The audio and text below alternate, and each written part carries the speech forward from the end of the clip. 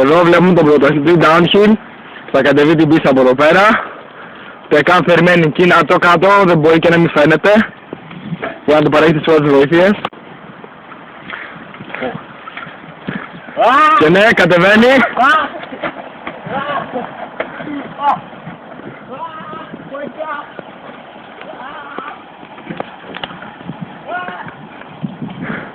Και έπεσε. Ναι. Έχει μερικά δευτερόλεπτα να σηκωθεί. Το βλέπουμε εκεί στο βάθος.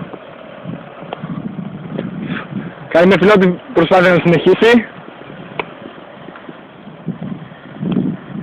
Και λίγο μια μικρή ματιά στη φύση.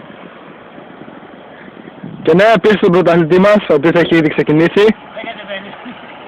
Ναι, και περιμένουμε. Κατεβαίνει με τα πόδια. Θα δούμε τι θα πούνε οι κριτές γι' αυτό. Προφανώς θα τον ακυρώσουν ή θα κάνουν μια μικρή ποινή. Και τώρα πάλι μια διακοπή για να δούμε τη φύση. Και μερικές κάμπιες.